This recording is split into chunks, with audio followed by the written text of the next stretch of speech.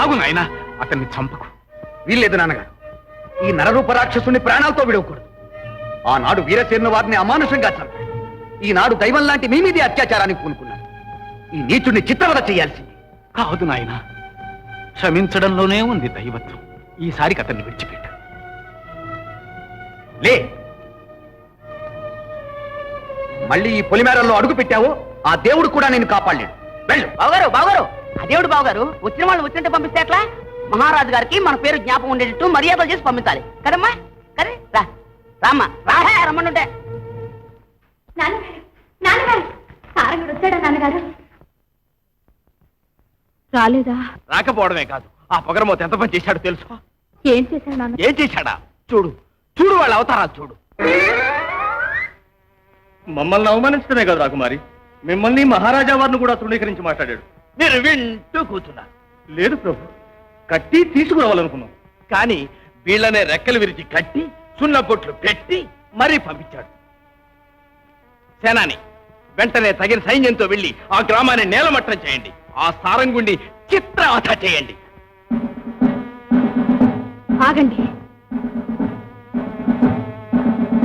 తొందరపడకండి నాన్నగారు. పడాలమ్మా, పడాలి. ఆ బదరుబోతుకు తగిన శిక్ష విధించాలి. శిక్ష ఇది కాదు నాన్న శిక్ష.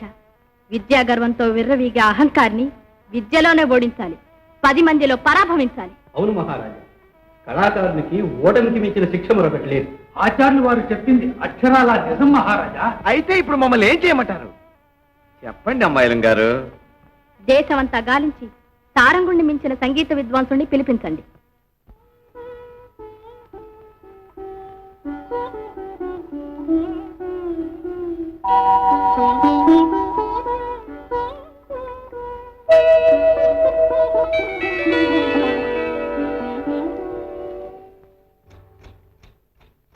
అదే నీ వంటివి అదే నే వింటిని గుండె అలలాగ చలరేగా అవునంటిని.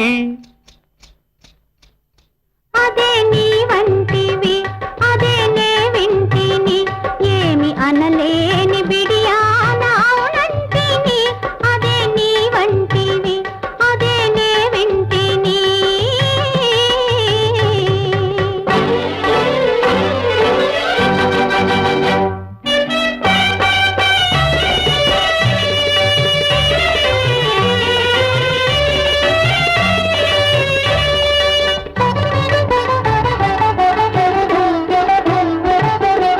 ఎవ్వరు లేని పువ్వుల తోట ఇద్దరు కోరే ముద్దుల మూట.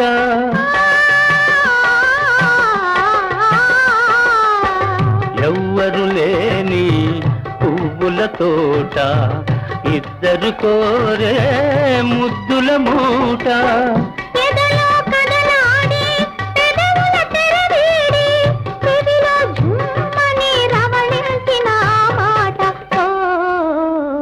అదే నీ వంటివి అదే నే వింటింది.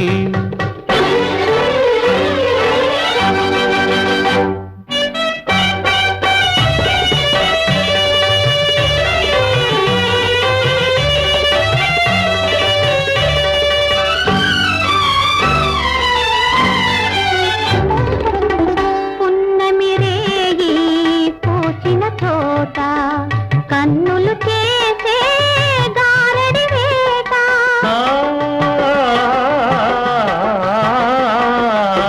పున్నమిరేగి పూచిన చోట కన్నులు చేసే గారడి వేట. చూపులు జత చేసి ఊపిరి శృతి చేసి తనువే జిల్లన కౌగిల్చిన మాట. ఓ అదే నీ వంటివి అదే నే వింటిని.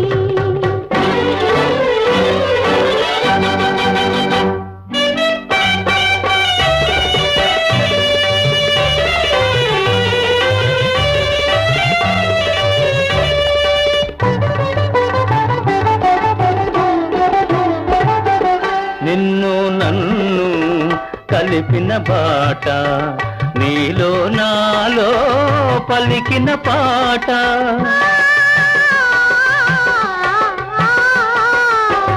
నిన్ను నన్ను కలిపిన బాట నీలో నాలో పలికిన పాట.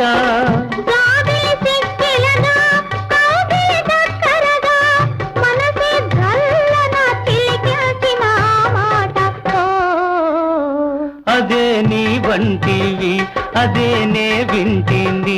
ఏమి అనలే